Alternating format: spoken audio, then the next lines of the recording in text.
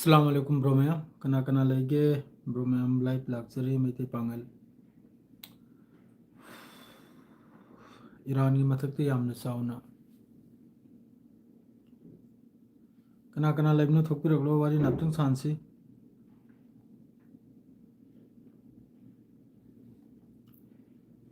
कनाम तो लेत्रो lion busy हो नखर ब्रो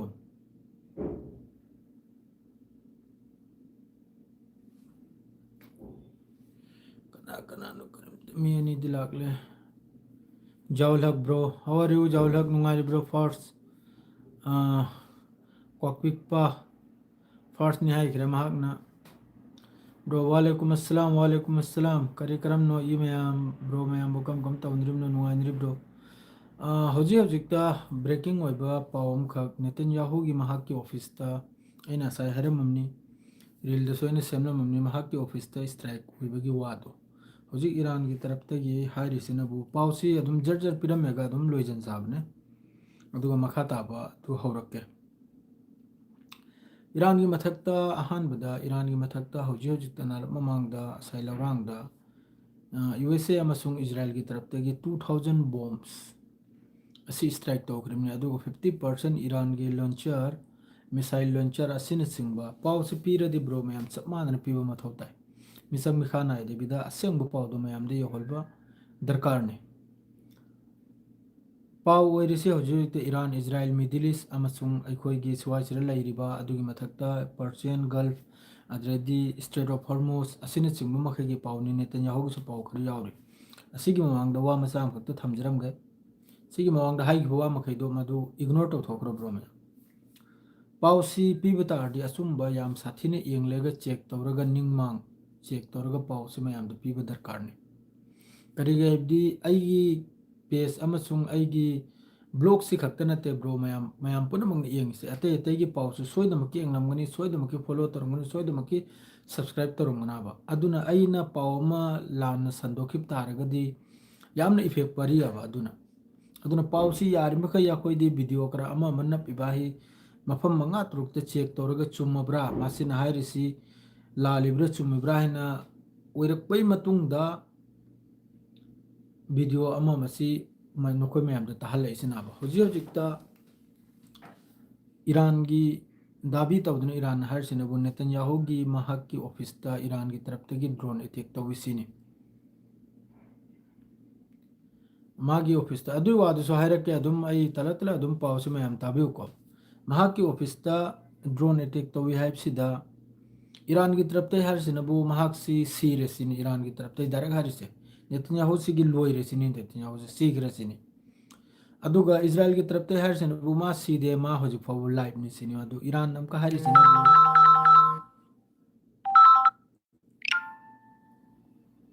सी हौरखरम नि सी अइना लाइव थोदि सी हौरखरम नि फोन तौजलकपसे अदु हौजिकता हारिसिनबु कनोम की तरफ तगी ईरान की तरफ तगी मा हिंगबा तारगदी हिंगबगी सुबुत तो पिउसिनी हिंगबगी सुबुत तो पिउसिनी इजराइल दा हारिसे दो हौजिक इजराइल ना हिंगली हिंगली तनी हारिबा ईरान की तरफ तै हारिसिनबु सीरेसिनी ईरान की स्ट्राइक ता ड्रोन अटैक ता नेतन्याहू से सीरायने याम कन्ना हौजिक हौजिकते याम कन्ना सोशल मीडिया अममदा अदुमकु ईरान ऑब्जर्वर वगैरह मद्रैदी अतई अतई न्यूज़ तो वगैरह मखोगी ट्विटर दा असिगी पाउसी अमा पाउ हौजिबाउ थेंगनद्रिको अदुगा अइना अयुक थेंगनबसे असिगी पाउसी एनडीटीवी दनी एनडीटीवी की मखोगी आर्टिकल इफ से असिगी दनी अइना थेंगनबसे नेतन्याहू की मयुमदा ईरान की तरफ तगी ड्रोन हिट ओइसिनी अदुगा अदुगी पाउदर सीबा खोटपगी अमा पाउ याउदेको ड्रोन हिट ओइसी खक्तन मादो हौजिकनबु अमक्का अयामबदा ईरान की तरफ तगिसु माद्रैदी अयामबदा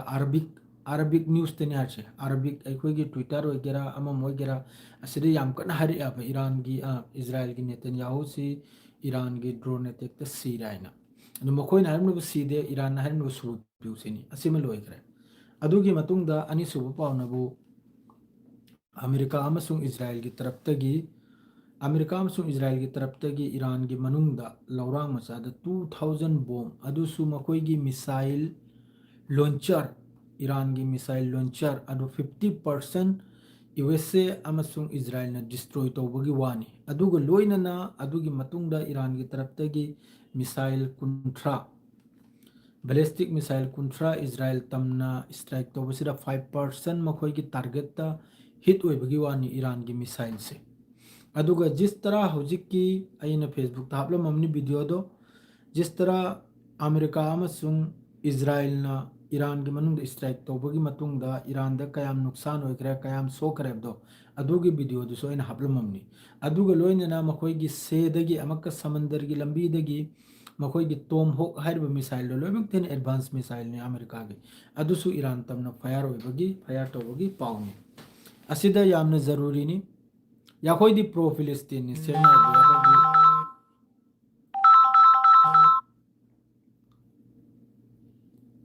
याखोइदी प्रो नि फिलिस्तीन याखोइदी प्रो फुल सपोर्ट नि फिलिस्तीन की करे हेबदी याखोइगी ममांग थंगबा गवर्नमेंट दुनसु ममांग थंगबा सिगी हौजिकी लेरबो गवर्नमेंट से नते अदुगी ममांग दे जतो गवर्नमेंट मखै दुना कनोंबु सपोर्टर में आबा याम साथीना फिलिस्तीन को सपोर्टर में टू स्टेट सॉल्यूशन से पामलम याव मकोइना हमेशा दाबी नि मकोइगी अदुना याखोइदी सपोर्ट नि ब्रो मया ईरान की हौजिकी 50% माना लॉन्चर डिस्ट्रॉय तौखरगा कनो ईरान की तरफ तगी 5% दो बस 5% तो तई मथौ नि इजराइल दे हित होइबगी बस 5 थाम द 5 और दी इजराइल लोइरे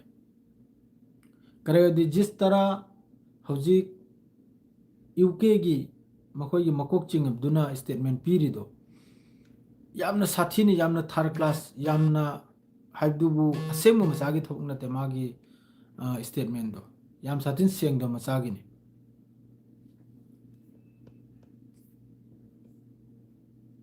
नाइखो सेकेंड हम खतना नाइखो यार रोय मिनाय में सामम का मिनाय हम कदम तौर इमाही हम ते यंखी का करे हारिम नाना यार रोय लाइफ दी माइकई मरी दगी मखेसु लांग होगदोरमनि अमा अमा लोय मक्सी मखे लांगबगी मागी नियमनि खंगी ब्रने लाइफ से थोदी मखे लांगदोरमनि माइकई मरी दगी या भंदे मरुक मतांग होइगरा अमा मोइगरा सऊदी दे लेबो होइगरा इंडिया दे लेबो होइगरा लोय मक्सी लांग होरमनि मता मतम नत्तब द लांग होबसे मोइ थबुकनि सिगी तंदासिरे मोइगी लांग होबो मोइगी थबुकनि द हौजिक की यूके की मखोइगी मकोक चिंगबदुना हारिसी यामना वारसिनी पब्लिक से मिडिल ईस्ट अदुना अदुगी मतेंगी दमक मा फोर्स मागी एयर स्पेस मागी जेट फाइटर अमस मागी बेस असि पुनमक सीजन बयानि सिनी मानवजी हारिसे जो भी मखाता पावलो लाके हौजिकता अदुनी ईरान की मथकता अदुगुंबा स्ट्राइक अदुगुंबा अटैक टू इजराइल अमसुंग अमेरिका की तरफ तगी तौगी अदुगा लोइनने ईरान की तरफ तगी मिसाइल कुंट्रा 5% टारगेट हिट होइबा असिम लैखरे ईरान की दुआ याम जरूरी नहीं एक नंबर द दुई नंबर तीन नंबर दनबु स्ट्रेट ऑफ हार्मुज से स्ट्रेट ऑफ हार्मुज सिदा अमक ईरान की तरफ तगी अखोई ऑयल टैंकर जहाज अमा हिट ओइदना मई थाबगी वानी अदुगा हौजिक नालब की ममांग द फॉबदा अखोइना लैरि सिदगी किलोमीटर 4 लापना ईरान की तरफ तगी स्ट्राइक तौबा अदुसु रस्तनुरा हरि मफमदुदा ईरान की तरफ तगी हिट होइबगी वानी हजिनाल ममांग सिदा ड्रोन अमसुंग मिसाइल ईरान ना हौजिक तौरैसिना करी मंगना मिडिल ईस्ट सिदा लैरिबा अमेरिका की बेस पुनमक से अदुगा लोइनना ईरान की तरफ तगी अमक हन्ना बहरन दसु स्ट्राइक तौवी अदुगा दुबई दसु स्ट्राइक तौवी ईरान की मेन मकसद हाइबबु सिदा लैरिबा बेस पुनमक से पूरा तुम ताक हलखिबा असिनी ईरान की माय मकसद से ईरान सु सीरिमनी ईरान सु याम साथिन सीरिमनी जिस तरह इजराइल दा नुकसान होइरिदुदगी 10 गुना हेन ईरान दसु नुकसान होइरिमनी अदुरसु असाइगी एरिया की मतुंगिन चावबगी पिकपगी मतुंगिन इंगलप कांदा ईरान गा इजराइल गा यामना साथीने सोइने याबा ईरान ने याम साथीने हेने चावबे इजराइल दा ईरान की 50% लोम तुमलप कांदा इजराइल से पूरा मांगिनाबा सिमु मयम ज्ञान ताबे होबा इजराइल से पूरा नक्सादगी मांगिनाबा अदुना मरम ओइरगने हौजिक माइकई मरी दे करी गाइबदी यूके जर्मन फ्रांस का हौजिक अमेरिका अमसुंग इजराइल की मतेंग दे थोगले से करी की थोगले नाइबदा फिलिस्ट इजराइल से याम साथी ना इजराइल की तेल अबिब से याम साथी ना तो इराबा याम साथी ना डिस्ट्रॉय इराबा याम साथी ना इब्दु याम साथी ना काय तो इराबा अदुना मरम मोइरेगा मुत खिपता रे मांग खिपता रे ना सोम दे की तवसनरेगा अमेरिका की रिक्वेस्ट तौर ये की बेस सीजन गा है अदुगा मिडिल ईस्ट कनाना यूके दा कनाना रिक्वेस्ट तौर नोने अमता ngapiro selbiro ina kanamta अरब सऊदी अरब की तरफ तक ईरान की एम्बेसडर कौरगा वारक पाइबदी तौरिसी करिनो अखोई मथक्तन अखोई स्ट्राइक तौरसी करिनो करिगुमा तुंगदे स्ट्राइक तौरप तारगदे अदुगी जवाब पीने है ngasi ईरान की तरफ तक स्ट्राइक तौर करी जवाब पीरे मखोई सु मुथत पामेमनि सिगी रीजन सिदगी अमेरिका की हरकत अमसुंग इजराइल की हरकत से अदुगा गजा मनुंगदा असु याम्बा गाजा की फिलिस्तीनी में की मूरी यामना हरावी हौजिकी जिस तरह ईरान की तरफ तक इजराइल स्ट्राइक तौरसी यामना हरावी करे हरावदबि यादे असुक सांग गाजा मनुंगदा अत्याचार अमसुंग जुलुम तौग्रेबा असिगी मतांगददी यूके सु फ्रांस सु जर्मन सु मिचम मयाम सिरिसी करिगुना हंगतना ngamung ngamde aduga hojik America की मी मंगा मरी मंगा खक सीबा होबदा हेल्प की दमक्तनी माद्रे डिफेंस की दमक्तनी आइना चंगला गायना हारिदो अंगक पनि ब्रो मया और साउंड सी ब्रो मयाम आइना माइक पांदे करिगा दी बैटरी से याउद्रे 18% खक्तनी अदुना इना माइक पांदे लदी जंग जंग जंग जंग लाउगनी नि माइक पांजल बेदम का लाइव से तत्खरनी अदुना इना लाइव पामदे कराय दे सीधे सीधे करीम ते एक सीधे लोइना यंगु लोइना मचिन थीरिमनी ए टू जेड मचिन थीरिमनी 24 घंटा आई नखोय महिदा हारगा नखोय महिना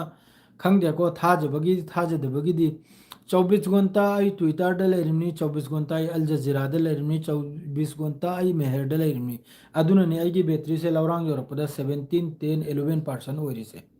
24 घंटा आई लेरिमनी सेकेंड अमित कुपनते पाव लोइने थेंगरिमनी जो मथौ ताबो पाव दु खक्तने इन ताहले से अतै डायलॉग सोमना ईरान की तरफ ते खारिज तौरई न्यूज़ तनबो अमेरिका की तरफ तगी हौजिकी हमका न्यूक्लियर डील से अखोई सी वारी सानबा अमा सानबा ईरान की तरफ तगी रिजेक्ट तौकरे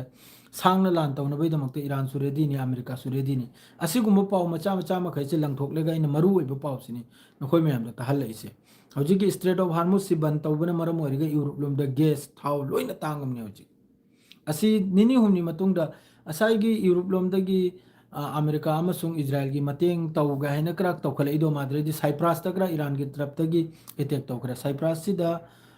यूके की बेस लेरिमनाबा साइप्रस हारि मफम सिदा यूके की बेस लेरिमनी मिलिट्री बेस अदुरसु ईरान की तरफ तगी ड्रोन अटैक ने अदुरसु ईरान की तरफ तगी ड्रोन अटैक ने अदुम तौदना होजी जो तो सिगी रीजन सिगी एरिया सिदा लेरिबो बेस मखैदा ईरान की मिसाइल अमसुंग ड्रोन तादबा अमफाव याउद्रमनी नंगी दुबई कतर बहरन साइप्रस लोइन ए टू जेड लोइमक्ता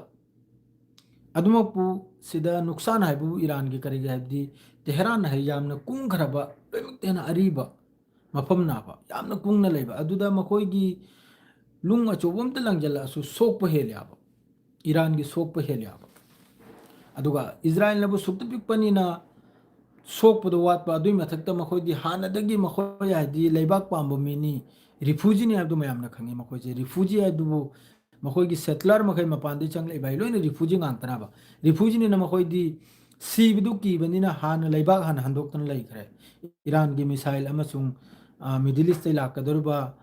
खतरा मखैसी हिंगनब हान लेबाक हंदोक्तन सेमना लैखरे ईरान की असु यामना ईयर स्ट्राइक तौरबा माद्रेदी मोंगी खुलाई लंगथरबा अदुगी मतुंगदा फावबा पब्लिक सुरक्ता थोकलेगा लैरिमनी अदरे अरांग हिस्टोरी की वाम खक सिदा अखोइगी मिडिल ईस्ट लेरिबा कंट्री मखैसिना खंगनि वामाय बो गाजा से मखोइगी टेस्टिंग सेंटर ने इजराइल अमसुंग अमेरिका की गाजा हरिबु मफम से फिलिस्तीन हरिबु मफम से टेस्टिंग सेंटर ने अनो अनोबो खुचु खुलाई से सेम लेगा अनो अनोबो बॉम्ब से सेम लेगा मखोइगी मथक्चरे लंगत्रिमनाय कयाम इफेक्ट परिमनो कयाम परिदमनो अदु यंगबैदमक्ता अदुगुम्बा पुनमक तो लेरिबा कंट्री थंगनिबा पुनमक से लोइना खंगिमनी खंगलेगसु इजराइल की अगेंस्ट वाम ngang अमेरिका की अगेंस्ट वाम ngang मखोई की अगेंस्ट ngang इसे कनाउन द हुती ईरान यमन असीम खैसे हुती सु कैनो सियाने यमन सु कैनो सियाने ईरान सु कैनो सियाने बुजुवा सिदनी होजिक फरक तान इसे सिदा नत्रदी नहन्न सुन्नी वरम तारगदी नहन्न लैदिब कैनो मखैसे चोंजंदना ओम ग्रनी ओम लो एद्रुस ओम गने थाजदे ओम गने थाजदे लाल खराईगी वादु पुरा लाली रोंग ने आईगी दो ओम लो करी गायबदी गजा द लैदिब हमास हारबाय सुन्नी नि ओम दे आहिदसु ओम लो अदुगुम पोतो ममित पांगलकना बायननी ईरान हौजिक मिडिल ईस्ट अमेरिकन बेस अमसुंग अदुरे हेंदोक्तना अतोपरोम द बिल्डिंग अमा ममा खोगी पार्टी तो फमदा नाइट पार्टी तो फमदा हिट ओइरिबा ईरान की तरफ तगी मिसाइल अमसुंग ड्रोन हिट ओइरिबा दुबई ओइगेरा कतर ओइगेरा कुवेत तदी मतोम तगी अमेरिका की स्टेटमेंट निको मसागी इंटरसेप्टर मसागी मिसाइल न मसागी जेट F-15 E-15 अदुगुम्बा लौथबगी वानी चाइना राशिया को लोना हारकन होगी हाथवादु तौबसु को खक्त फैरंग नख्याब यादाबा अयुक्तगी मिच नारिमना पाउसिते येंबगी पाउसिते पाबगी मिच नारिमना नोगै थाजो हाना पाउसे नोखैदे थुंगन्नबायना चुम्ब पाउसायना अमक पाउदुसु येंगिमनाबा माइके मरी दलंग जलेगे येंगिमनि चुम्मिब्रा लालेब्रायना लालेगे मीमना निंगथिनि चैरकलो इकाइद्रो इकाइरिमनाबा नंगना हाडु लाले आयना नापित नंगना हाडु लाले हरेदि इकाइद्रो अदुना यामना कुमना येंगलेगनि पिरे इसे अमेरिका अहम एक्सेप्ट तौखरे मखोगी इंटरसेप्टर अदुगुम्बा जेट फाइटर दो कुएत लौथमने आइना सोमदना मनुंगदना वामनी करे अहुमकपु सोइदना लौथबसिबु ओइबे याबो वारो F-15 E-15E हाय मारे 15E अदुगुम्बा जहाजनी अदुगुम जहाज तु सोइदना अहुमक अमकिन लौथब याब्रो कोंगायम ना हाइरी ईरान की ड्रोन ने हिट ओइबने कोंगायम ना हाइरी मिसाइल ने हिट ओइबने कोंगायम ना हाइरी अखोगी टेक्निकल प्रॉब्लम ने अदुमकु अहुम ताखरे अहुम तापसिदा मखोगी कनोम मोय तरुकनी अनि अनि तौरगा सेफ नि लोइना अदुगुम पावम सुलै कनोम लोमदगी कुवेत तसु याम साथीना ईरान की तरफ तगी स्ट्राइक अम फावबा मिडिल ईस्ट अम फावले फावद्रमनी अमेरिका गा मरी समना अम तसु फंगनबदा होजिकी सिदा अखोन लेरिसिदा तौरबा मफमदु अमेरिका की अदरसु खर सरुक खर यावरेबा अदुना नाबे ईरान ने एंगलइदो सिगी एरिया सिरे पूरा नक्शे कदम अदुई मतंगदा हानगी ईरान की सुप्रीम लीडर रहमतुल्लाह अखोगी चाचा है बता रहे को हल नहीं रिस्पेक्ट नहीं फुल रिस्पेक्ट नहीं अदु लेरिंगैददी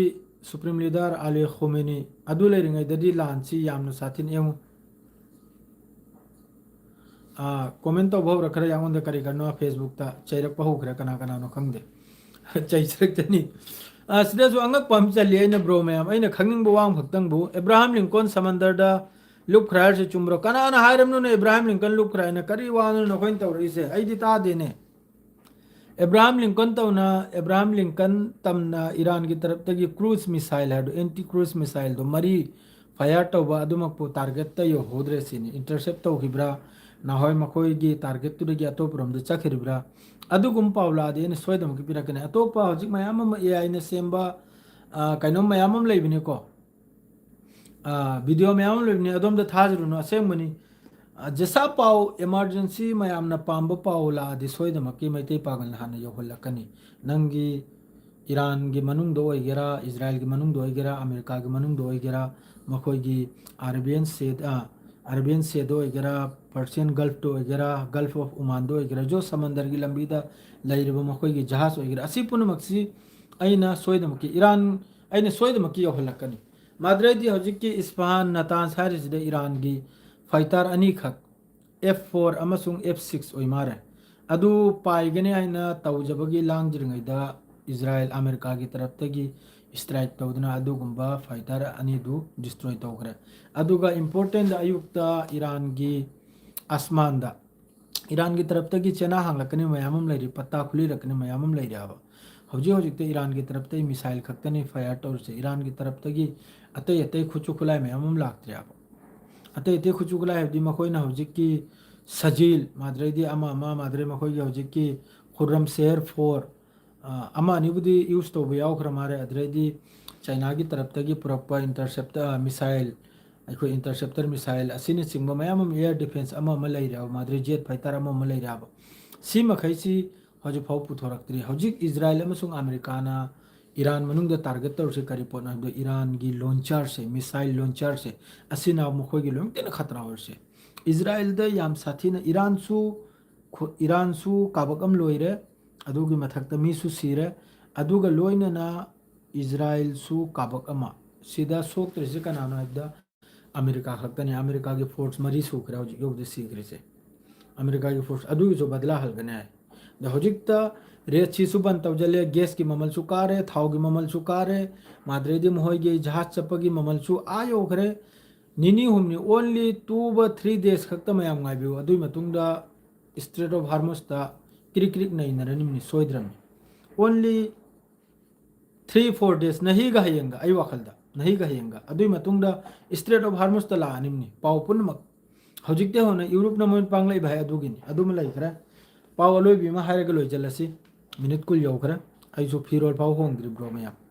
अचुम पाव असेंग पाव खर तपलसु मैते पांगल ब्लॉक तगी मयाम दे यौगलकनी सी मैते पांगल की वादानी अनिमक की पाव अचुम्बा ईरान की ओइगरा इजराइल की ओइगरा मिडिल ईस्ट की ओइगरा असेंग पाव ने यौगलकनी मी खर रिफ्यूजी खर सिम खा हैरम के आई फेसबुक पे चैनल से आई याम साथिन चाहिए सक्थो मिनाई हाँ नंग ईरान द लैरुरने नंग अदुनी हाइकिद मोहनी चाकपीरी से करिगना मे रिफ्यूजी खर दुना हाँ ब्रो मैं असुम पाव ताहलिम ईरान ने जो मिसाइल अटैक तौद्री तौवी हाइरो करी हाइने ईरान की तरफ तक हिट होई हाइना अब हौजिक जिस तरह अमेरिका की तरफ तक ईरान द बॉम्बिंग तौदो तौवी हाइरो लोचन दाब बॉम्ब लिसिंग अनि टारगेट 50 महोगी लॉन्चर 50 अदुकरा तो हाइरे मयाम अचुम्बद्रो ताहल्याब जो ओइबदो अदु नतबिदो फेसबुक द पीरी दुसो अदुनी आइना पीरिसे अदुरा मियोय खर चंगले आइबु याम साथिना मी मंगा तरा खक मी मंगा तरा खक याम साथिना कमेंट फत्त फत्त तौरी आई ब्लॉग सु तौजदे करिम त तौजदे पब्लिक मयाम ना हल्लो आइना करादि महोगी कमेंट मखैदो तुमति हाइड ओयाबा आई खक्तना ना उरिसे तो करी का नहीं पाव दो अचुम्ब दु ताब त मुब्रो मयाम अचुम्ब पावनी हौजिक इजराइल से खोंगनिंग ताबगुम तारिम ईरान की तरफ ते लान लेप लो सुप्ले ब्लेप लो अहम गलती तौग्रे ईरान हंदक गलती तौरो ईरान की तरफ ते लास्ट मोमेंट फाव अलोय बि टाइम फाव ईरान लान तौगदर मिसिम खंग अलोय बि मोमेंट फाव मिडिल ईस्ट लाइरिबा काबकम दि लोजल खरा अदुगसु आमक अन ईरान की तरफ ते प्रसाद अमक बातीरियाबा अनोब प्रसाद अमक पीरियाबा बेरन लोमदा कतर लोमदा कुवेत लोमदा दुबई लोमदा अखोइने लाइरिसिदा खरा अनोब प्रसाद अम पीरियाबा नोय पांगुसिनाबा अदुगी लोगेदा इंपोर्टेंट अपडेट अमा हाइबु अखोइने लाइरिबा मफम सिदगी अमेरिका लापथोक लेसिनी ब्रो मयाम अनोब अपडेट निसे अयुक की पावनी से अमेरिका खर लापथोक ले दुबई दगी जो अमेरिका खर लापथोक लाय अदु मेम कइनो इंजलम लेदना ईरान की मखयात इंजलम लाबजिरे तहोरो आइना ईरान नदरे तौथरे इनाब सी ब्रेकिंग अपडेट नि ब्रो मयाम अमेरिका लापथोक ले मेन हाइबु नत्रदी मनुंग द हाइना बे साम लये ईरान अमसुंग चिगी मिडिल ईस्ट चिगने हाइना बम ले करेबदी असु याम नु एटेक तोर को तुंग दहजु भौवा रिएक्शन अम भौलो द्रिमनि बस वारी दे त लोय जनरिमनि अदोडी तौ लोइथोग्रो चिनि मोइजे तानथोग्रो चिनाबा